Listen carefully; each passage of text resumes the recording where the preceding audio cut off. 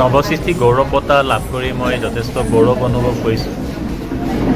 ইয়াৰ উদ্যোক্তাসকলক মই ধন্যবাদ আৰু কৃতজ্ঞতা জ্ঞাপন কৰিছোঁ। এই বঁটা প্ৰদানৰ পাছত মই সমাজৰ প্ৰতি সাহিত্য সভাৰ প্ৰতি অধিক দায়বদ্ধ হৈ পৰিছোঁ। এইকাৰণে পৰিম যে ৰাইজৰ যি শ্ৰদ্ধা ভক্তি দেখিছোঁ যে ইয়াৰে মোৰ দায়িত্ব দুগুণে বঢ়াইছে। গতিকে মই উদ্যোক্তাসকলক ধন্যবাদ আৰু কৃতজ্ঞতা জ্ঞাপন কৰিছোঁ।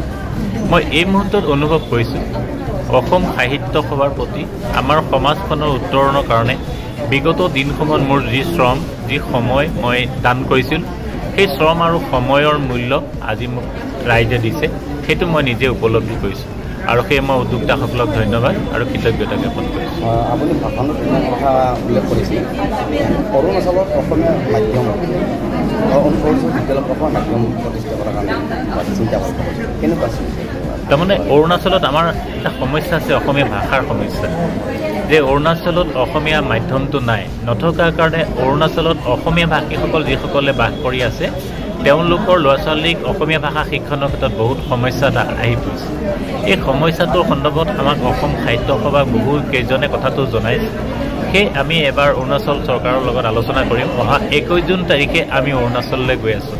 অৰুণাচলৰ মুখ্যমন্ত্ৰীৰ লগত আমি কথা পাতিম বিষয়টোৰ সন্দৰ্ভত আৰু তাতে এটা সিদ্ধান্ত হ'ব যাতে অসমৰ অসমীয়া ভাষীসকল অৰুণাচলত থকা যিসকল আছে তেখেতসকলৰ ল'ৰা ছোৱালীসকলক যাতে অসমীয়া মাধ্যমত শিক্ষা প্ৰদান কৰিব পাৰে, অসমীয়া ভাষা শিক্ষণ ব্যৱস্থাটো সম্পূৰ্ণ কৰিব পাৰে, তাৰ কাৰণে তেখেতসকলক ব্যৱস্থা গ্ৰহণ কৰিবৰ কাৰণে আমি অনুৰোধ জনাম।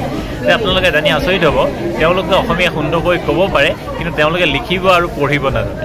লিখিব পঢ়িব নজনাৰ কাৰণে তেওঁলোকে অসমীয়া কিতাপবিলাক পঢ়িব নোৱাৰে, অসমীয়া সাহিত্য উপলব্ধি কৰিব নোৱাৰে, বুজিব নোৱাৰে, অধ্যয়ন কৰিব নোৱাৰে। সেইকাৰণে বহুত সমস্যাৰ সৃষ্টি হয়।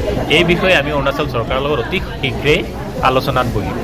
অসমীয়া মাধ্যম অসমীয়া প্ৰবাহীসকলে হ'বৰ কাৰণে হ'ব নে তাতে তেওঁলোকেও পঢ়িব পাৰে যায় যিসকলে ইচ্ছা কৰে। আপোনালোকে যাতে লুম্বেদাৰ এই বোলক ইয়েছে দজে থংচি বোলক আমাৰ পেংমা লিংগুৱে বোলক তেওঁলোকে অসমীয়া ভাষাত চৰ্চা কৰে, অসমীয়া সাহিত্য সাধনা কৰি আছে।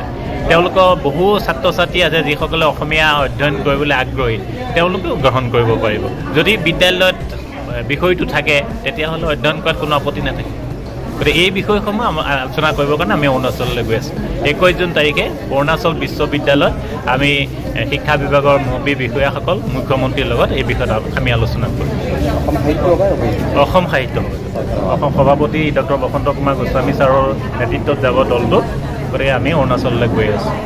নৱসৃষ্টি সমিতিৰ ফালৰ পৰা আমি আচাৰ্যক ধন্যবাদ জনাইছোঁ। আজি নৱসৃষ্টি সমাৰোহ সমিতিৰ প্ৰতিষ্ঠা দিৱসৰ সংগতি ৰাখি গ্ৰন্থ উন্মোচন বা অভিনন্দন গ্ৰন্থৰ লগতে আমি নৱসৃষ্টি গৌৰৱ বঁটাটো প্ৰদান কৰিছোঁ অসম সাহিত্য সভাৰ প্ৰধান সম্পাদক দেৱজিৎ বৰাদেৱক। আৰু আমি খুব আনন্দিত, তেওঁ আমাৰ অনুৰোধ মৰ্মে ইয়াত আহি উপস্থিত হৈছেহি।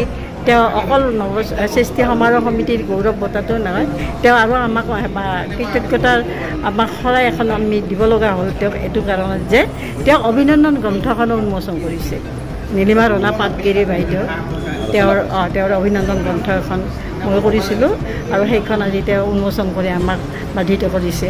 আমি খুব আনন্দিত হৈছোঁ আৰু আজি অনুষ্ঠানটোত খুব সুন্দৰকৈ হৈ গ'ল, সেয়া এটা আনন্দৰ কথা, খুবেই ভাল লাগিছে। আৰু আমাৰ বিশিষ্ট অতিথি হিচাপে আহিছে অসম সাহিত্য সভাৰ কৰ্ণধাৰ সমিতিৰ কন্দৰ্প কুমাৰ শৰ্মা আৰু আন এজন হ'ল আমন্ত্ৰিত অতিথি বিবেকা ৰঞ্জন ৰায়চৌধুৰী, ভাৰত চন্দ্ৰ দাস, তেওঁ সমাজসেৱক আছিল, পিডব্লিউডি ইঞ্জিনিয়াৰ আছিল, আৰু নীলিমা ৰনা পাটগিৰি বাইদেউ এইকেইজনে আমাৰ বিশিষ্ট অতিথি আছিল।